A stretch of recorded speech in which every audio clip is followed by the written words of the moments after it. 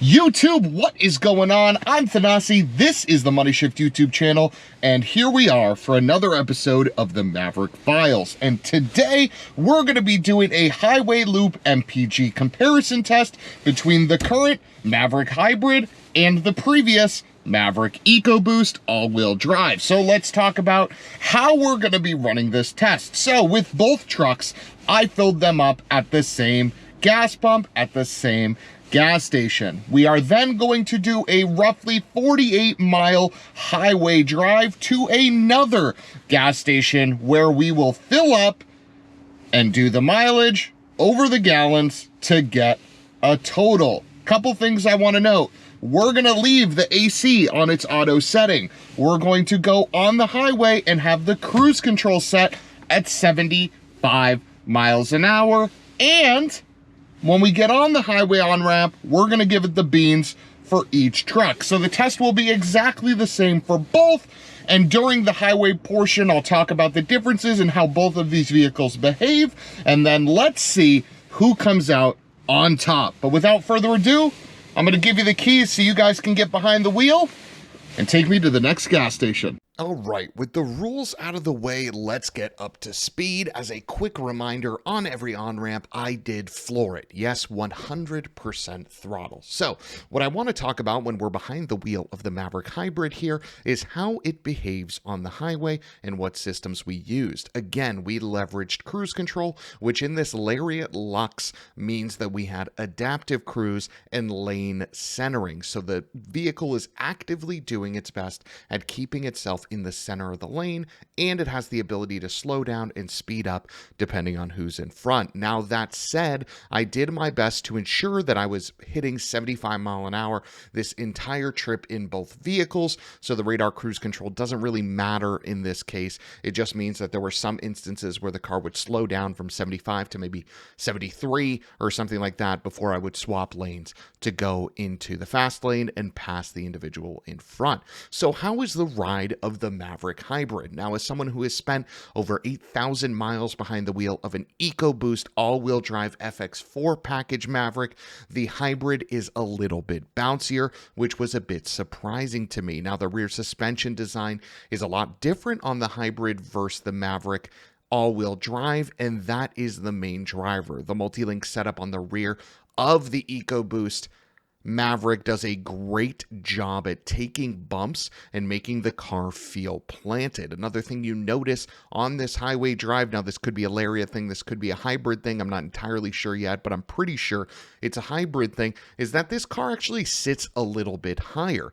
The Maverick Hybrid, oddly enough, feels a lot more truckish than this, which was my old EcoBoost all-wheel drive unit. Now they have similar steering wheels, great interiors. The Lariat is definitely quieter on the highway. We'll get to that noise-reducing windshield in another video. But the fact of the matter is, this EcoBoost right here felt more planted, felt more car-like, more SUV-like on the road than the Maverick Hybrid does, where that car feels more truckish for sure. Now, what was interesting was that during this drive, the Hybrid rarely used regenerative braking or electric driving, which makes sense. High speeds aren't really something that hybrids are good at, but there were some instances where regenerative braking and the electric mode would come in. What was also interesting was that the gas model was reading that we were getting around 28, 29 MPG, and the hybrid model was reading that we were getting over 40 MPG, which if you look at the EPA ratings for both of these cars, that is under reporting for the EcoBoost and over reporting for the hybrid. So it'll be interesting to see where these both shake out as we get to our destination and fill them both up and take a look at the numbers. So the quick TLDR about how both these cars behave on the highway: the EcoBoost all-wheel drive FX4 Maverick is more planted and arguably more comfortable. That's not to say that the Maverick Hybrid is not comfortable, but it is certainly a more bouncy place to be. But let's throw it back to the office and let's do some number crunching. All right, we are back in the office and we are ready to crunch some numbers to understand how each of these cars did.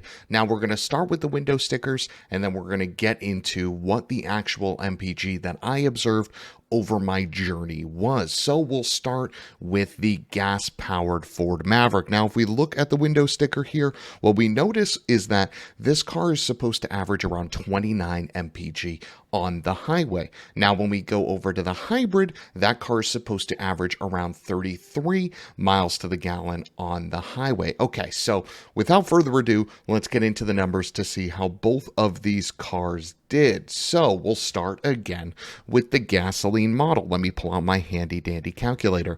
Over our 48.5 miles, we used 1.607 gallons of gas. So if we take 48.5 and we divide it by 1.607, we get 30.18 MPG, which, by the way, exceeds the highway EPA, whatever you want to call it, the EPA, excuse me, rating for the Maverick by a pretty good margin. Or 1 mile to the gallon, excuse me. Now let's go over to the hybrid. The hybrid over 48.1 miles used 1.320 gallons of gas. So we do 48.1, let me clear the calculator here, 48.1 divided by 1.320. So you can already tell that this car used less gas, but let's see what the difference was between the two. Now, after we hit that enter button, you'll see that the Maverick Hybrid actually averaged 36.4 miles to the gallon, which also is 3 MPG higher than its rating. But couple things to notice here. Number one, if you remember looking at that EcoBoost, the EcoBoost trip computer, that car actually reflected that it was getting 29.1 MPG, when in actuality it was getting 30, so a little bit over the estimate that the car provided. But when we look at the hybrid, the same is not true. The hybrid was reflecting that we were getting 41.1 MPG, when in fact we got 36, and that is a big difference, right? The EcoBoost was relatively close. It was within 1 MPG, but the hybrid was about 5 off. Now, this is something that we've seen in other videos where the Maverick Hybrid just seems to overestimate its MPG number a little bit, but it definitely did it in this one for sure. Under exact testing conditions, with the same fuel, with the same everything, the Maverick Hybrid overestimated by a big chunk, but still beat its highway estimate. So overall, over this 48-mile highway blast at 75 miles an hour, the EcoBoost all-wheel drive FX4 came in at a 30 MPG total, and the hybrid Lariat Lux package came in at a 36.4 MPG total. So is that 6 MPG enough for you? If you have a predominantly highway commute to go for the hybrid, that decision is yours. Thank you everybody for watching this video. I am Thanasi, this is MoneyShift, and we'll see you next time. Goodbye.